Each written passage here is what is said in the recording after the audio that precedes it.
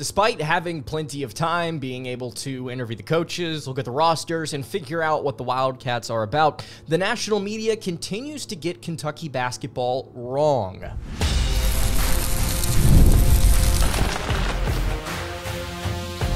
You are Locked On Kentucky, your daily podcast on the Kentucky Wildcats, part of the Locked On Podcast Network, your team every day. All right, what's going on, Big Blue Nation? Welcome on into Locked On Kentucky, your daily Kentucky Wildcats podcast. I'm your host, Lance Dawe, and on today's episode of Locked On Kentucky, we are going to be discussing the national media continuing to get the Kentucky Wildcats wrong. And I really do feel like it's fair to say on today's episode, while we don't know a ton about the Wildcats and how they will operate on the court together this upcoming season, we can't expect certain things to go a certain way, especially when it comes to the starting lineup and this rotation. Today's episode is brought to you by FanDuel. You can make every moment more, and as the playoffs wind down, the sports stop sporting like we want them to. But this summer, FanDuel is hooking up all customers with a boost or a bonus daily. That's right, there's something for everyone every single day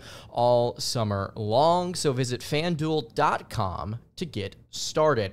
Thank you so much for making Locked On Kentucky your first listen every single day. Want to remind everyone out there that we are free and available on all platforms. And if you are watching on YouTube, I would greatly appreciate it if you subscribe to the show. And if you are listening on podcast, I would also appreciate it if you subscribed there as well. All right, let's go ahead and get into it. Kentucky basketball continues to evade the national media, at least when it comes to the understanding of the state of the program currently. Coach Cal left back in April. Mark Pope hired, and it seems like some of these national media types have just now decided to take a look at what Kentucky has been doing with their roster over these last several months. And I think the perfect example to talk about today is the most recent article from CBS Sports and David Cobb, Kentucky basketball roster 2024-25, starting lineup prediction, rotation, outlook for Mark Pope's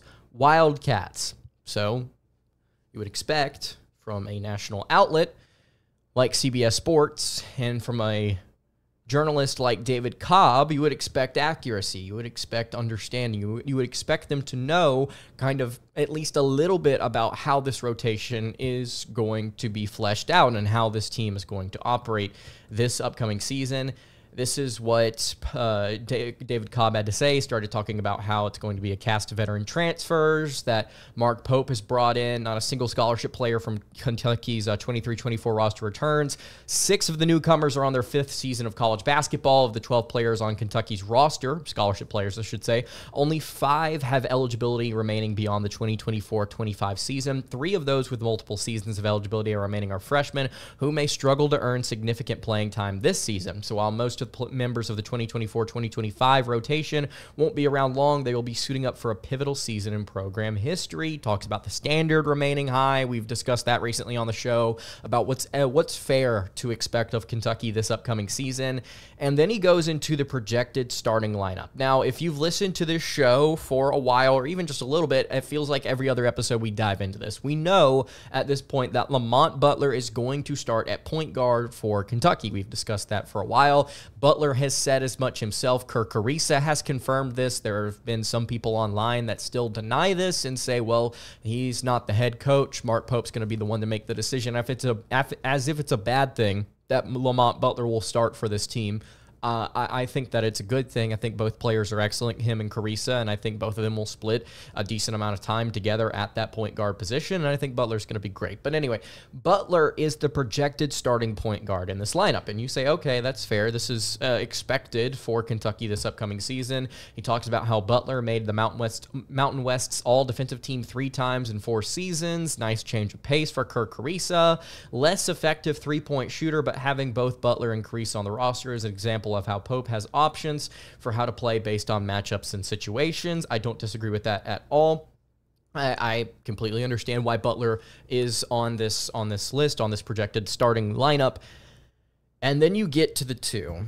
And I may end up being wrong about this. I may end up being completely wrong for Kentucky and their rotation this upcoming season. I'll just say I really don't think that Otega Oweh is going to start at the 2 for the Wildcats this season. And who knows? Maybe I'm wrong. Maybe he will end up starting for the Cats at shooting guard. But I'm pulling his KenPom numbers up from a season ago just so that I can confirm this. Otega Oweh at 6'5", 210, 215 pounds. He played wing for Oklahoma last season. If you go and look at their depth chart over their final 5 games, you go look at their most frequent lineups of the season, Otega Oweh played small forward. He actually played 9% of his minutes at power forward, did not play any minutes at shooting guard for the Sooners last season. He played 34% of the minutes at small forward, and he was primarily a 3 in their rotations. If you want to look at their most frequent lineups, you can again go to KenPom. I believe it's a subscription-based website. But those of you who have a KenPom subscription, I would encourage you to go look at this. It's very clear. Oklahoma used him as a 3. But David Cobb thinks he's going to start at the 2. I think that this is incorrect. If this ends up being right and the rest of this lineup ends up being right, I will be shocked. I will just be blown away. But Oweh, I think if anything, he may start at the 3 for Kentucky, if not come off the bench. He talks about Oweh's efficiency dipping significantly against Big 12 opponents during his sophomore season in Oklahoma. However, he rated as OU's top defender per EvanMia.com. That defensive skill set will give him an excellent chance to crack Pope's starting rotation, especially if the offense first players like Carissa and Brea are in the lineup. But here's the thing. You project Lamont Butler to start at point. I find it very hard to believe we would live in a world where Mark Pope and the Wildcats would start a defensive-minded guard and shooting guard, especially a shooting guard that doesn't play 2. I mean, he certainly can, but also think about what Mark Pope's system is about for a second. You shoot 3s, you play with pace, you run up and down the floor, right? Great that Oweh's a good defensive guard. I'm not saying that's a bad thing. He didn't even average 2 3-pointers a game last season. We talked about this yesterday, actually.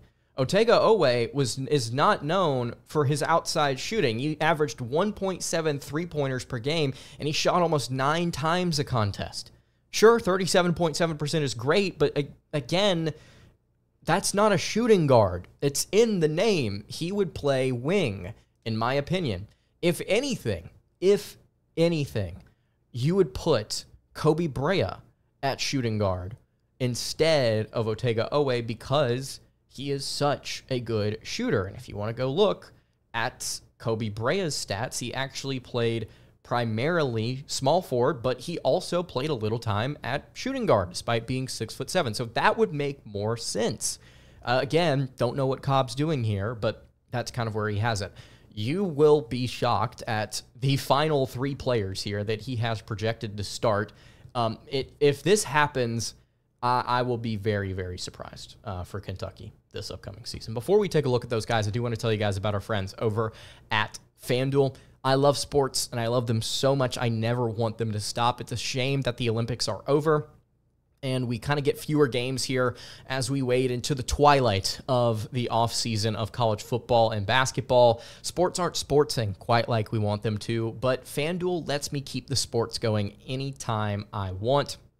All I have to do is open up the app and dream up bets anytime that I'm in the mood. And this summer, FanDuel is hooking up customers with a boost or a bonus daily. That's right, there's something for everyone every single day all summer long. So head over to FanDuel.com and start making the most out of your summer. That is FanDuel, an official sports betting partner of Major League Baseball. All right, continuing along here on the Tuesday edition of Locked On Kentucky, Lance Dawe hanging out here with you. Again, I really appreciate you guys checking out the show today. If you have not subscribed to the YouTube channel or the podcast feed, I would really appreciate it if you did so. If you've got any questions for the show, absolutely feel free to leave them in the comments. At Locked On UK on Twitter is where you can find me if you want to ask questions there, if you're listening on podcast, I should say. Thank you so much to all the podcast listeners, by the way.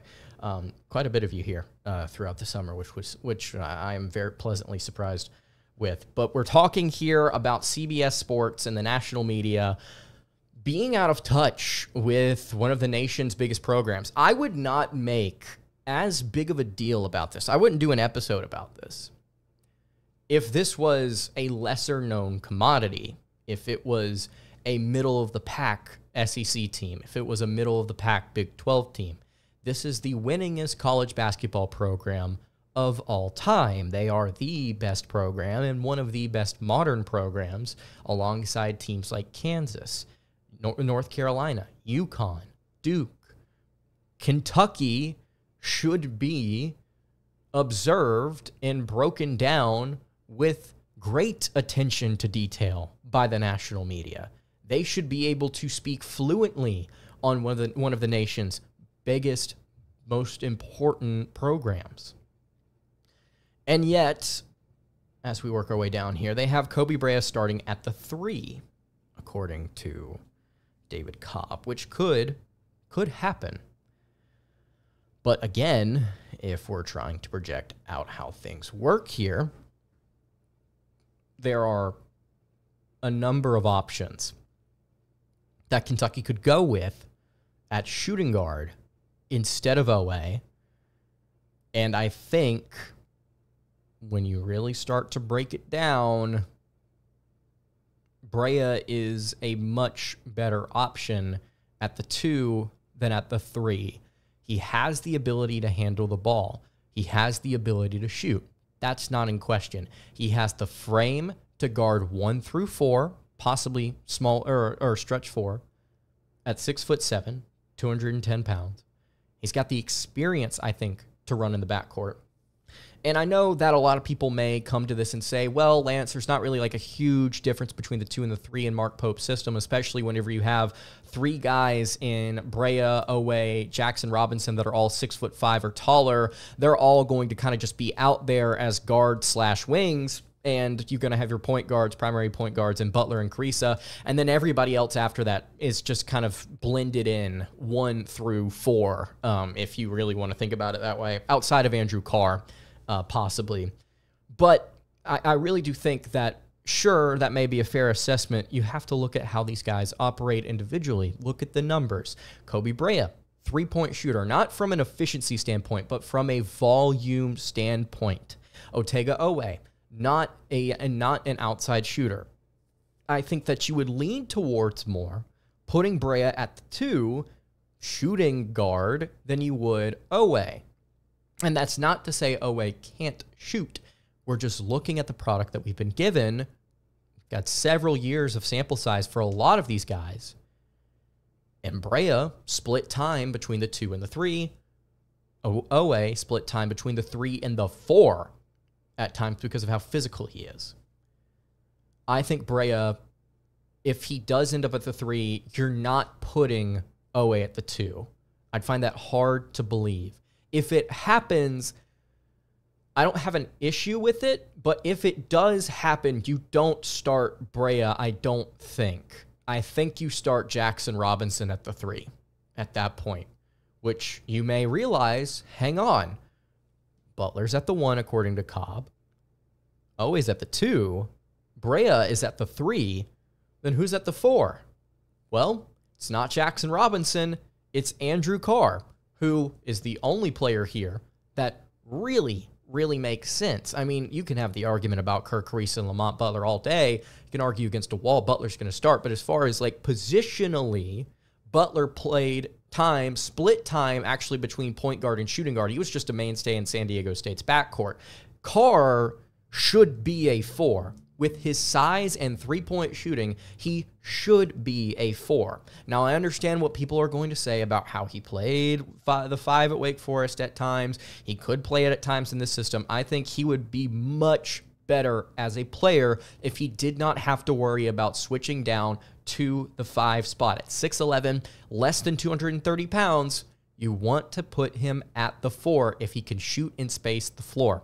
Did not mean for that to rhyme. So Carr is the one that makes the most sense here. Pope called Carr Kentucky's most important piece. Cobb notes, as an offensively versatile forward, he can keep the floor spaced with his 3-point stroke, 37.1% at Wake Forest last season, or play out of the post. He's also a plus defender. Forwards with his 2-way chops and offensive efficiency are a rare find, and he could be a matchup problem for opposing forwards in the SEC. I think Carr's going to be a matchup problem if he's actually able to be effective in the post, which I believe he's going to be to some extent. It's just I want to be able to actually see it with this team. A lot of things that I just want to be able to see to get excited about them when it comes to this squad. But 1 through 4, we're rocking, right? It's weird. It doesn't make sense. If you had your 1 through 3, I would be shocked if Robinson didn't start at the 4, but Andrew Carr starting at the 4. And so you may say, oh, okay, well, but then at least Amari Williams, your 3-time conference DPOI and one of the oldest players on this team, certainly he's going to start at the 5, according to David Cobb, right?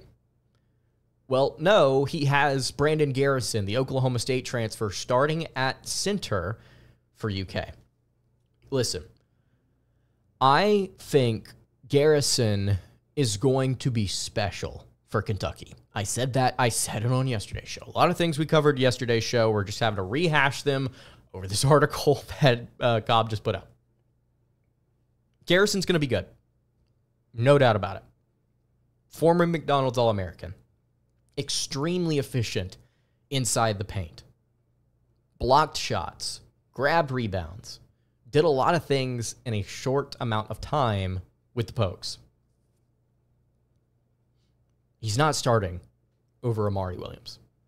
Williams was brought in to this program, one of the first players to be brought into this program, to do 2 things. To improve the interior defense of this team and to pass.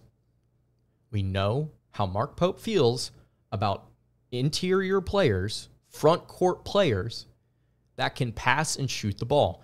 Williams, not known as a shooter. Who knows? Maybe he develops that for all we know. He could. Williams, not known as a shooter, but a good passer at Drexel. And the staff has talked about it. Pope has talked about it. The media has talked about it. Williams is going to get involved in that area. Pope's going to use him like he's used prior 5s in his system. That he did not bring him in to be a backup to Brandon Garrison for his final year of college. It's just not happening. And as good as Garrison will be, and I think he's going to be a very good piece for Kentucky next season, not this season, next season. He's going to end up being really good for UK this year, I think, too. That's just, it's bad for a national outlet like this to get this so wrong. To have Oweh at the 2, Jaxson Robinson not in the starting lineup, Brandon Garrison at the 5, and even Cobb himself says when he goes to the bench and he starts talking about Robinson, he said it will be no surprise if he starts, but given Pope's last usage of Robinson, it's easy to envision him coming off of the bench. I don't think that's going to happen. With the way that the media is hyping him up and the way that he is performing in practice according to what we've heard, and I say we, not just me, but we, go read message boards, go talk to people, forget the rumors, just understand he's playing really well. He's going to start. He's going to start. And then Amari Williams is not coming off of the bench. And this is what I don't understand. This is what Cobb has to say about Amari. Williams is a 3-time CAA Defensive Player of the Year from his time at Drexel. Based on sheer talent, it would be a surprise if Williams supplanted Garrison in the front court. However, he's a seasoned veteran and paint enforcer. Maybe Cobb has talked to the staff. Maybe he has done his research. Maybe he knows something we don't. And maybe I should put some more respect on his name and CBS Sports name as well. Maybe I'm in the wrong here. That's incorrect. Based on everything that we've heard and seen for months, that's not accurate. I'm sorry. I want to kind of break this down, wrap this up here in just a moment. Before I do that, though, I want to tell you guys about our friends over at eBay Motors. Passion, drive, and patience, the formula for winning championships, is also what keeps your ride or die alive.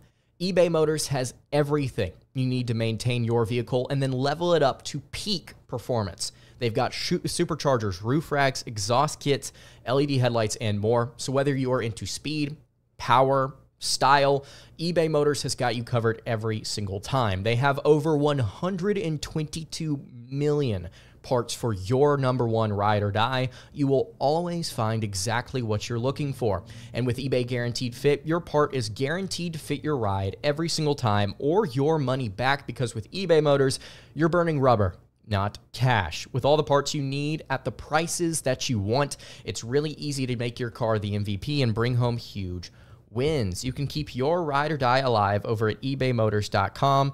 Eligible items only. Exclusions apply. eBay Guaranteed Fit only available to U.S. customers. All right, wrapping up the Tuesday edition of Locked On Kentucky. Lance Dawe hanging out here with you. Again, really appreciate you guys checking out the show. Again, if you've got any questions for the show, if you have got any comments, maybe you disagree with me on this lineup rotation, this projection here, with David Cobb saying he'd be shocked if Amari Williams starts over Brandon Garrison, if Jaxson Robinson ends up starting for this team, if you've got Koby Brea at the 3 instead of the 2. Let me know what you think in the comments. He talks about Jaxson Robinson being a very talented scorer with prior SEC experience. He'll come off the bench. Amari Williams, surprised if he supplanted Garrison just based off of sheer talent, which I don't think that's a bad take. Like, that's not a bad take. But Amari did not, again, he did not come here to come off the bench. Pope has not talked about this kid like he's coming off the bench. It's not happening. He talks about Kirk Carissa as well. And there's actually a really interesting statistic here that Cobb provides. Love him or hate him, Carissa's never dull. Cobb says the former Arizona and West Virginia point guard is bringing his shameless, trash-talking flair back to the national spotlight at UK. A whopping 79.8% of his career field goal attempts are from beyond the arc. His assist-to-turnover ratio has never been great. It's a combustible combination that will make him a fascinating piece of Pope's first roster. Absolutely agree. Think he's a fun, wild card, funky ad. You've got the good, you've got the bad, you've got the three-point shooting. Maybe you turn him into more of an off-ball player. I don't know. I don't know if that works, especially with Butler and his services. I don't know. I don't know how Kentucky's going to do it. But Carissa's good, man. He's got an interesting way he could end his college career. By stepping up, cutting down on the turnovers, continuing to rock it out from beyond the arc. Hopefully he's able to do those things. But I'm just here for the personality, man. I'm here for the energy, here for the excitement. I think it's a fun ad, whether he starts or comes off the bench, regardless. So you've got Carissa, you've got Amari Williams. He's got Almanor as his next up in this bench rotation. He says Almanor was a key part of the FDU team that knocked off number 1 seed Purdue in the NCAA tournament. Actually, Almanor, key part of that team, if I'm not mistaken. He didn't actually do anything in that game. I'll just pull it up here. Let's go to FDU over on KenPom. Sorry that I'm doing this kind of last second. But in 2023, he was the starting 5 for that team. He's actually pretty good from beyond the arc statistically, actually. I'm not going to lie. But in that Purdue game, just pull up the box score here, he scored, what, 1 point? Yeah, 1 point. 0 of 2 from the floor. Played 25 minutes, probably because you wanted a little bit more size. Of course, you didn't have a whole lot. You had a 6'4" guy as your backup center. Holy cow. How did Tobin Anderson make this happen? I'm sorry. I am blown away by that fact. 1 year at FDU, you had a 6'4", 222-pound backup center. The tallest player in your rotation was 6'6". You had 2 guys in your backcourt that were 5'8" and 5'9", $165, $163. Woo! That's wow. We're learning things here on Locked On Kentucky. That's impressive. How Purdue? Oh my gosh. Oh. Anyway, Ainsley Almanor, a proven high-volume three-point threat is what Cobb has to say, and he's absolutely right. We said that on yesterday's show. High-volume guy could come off the bench and be a major spark for UK. He'll need to show he can defend. That's something else that Cobb also notes. If he can do it, his shooting will be a valuable asset. I completely agree. And then he's got depth here as the final part of the little chart here. Colin Chandler, Travis Perry, and Trenton Noah. That's exactly how I would rank that as well, I think. He points out that all of these guys are freshmen. He points out how all of them can kind of shoot and are really, really talented in to varying degrees. 2 players from in-state who will be proud to wear Kentucky blue. Don't disagree with that at all. But again, the starting lineup projection from CBS is just, it feels out of touch. And I may end up being completely wrong. But just based on what we've heard, everything we've heard, this is not correct. Butler, Oweh, Brea, Carr, Garrison, and then Robinson off the bench.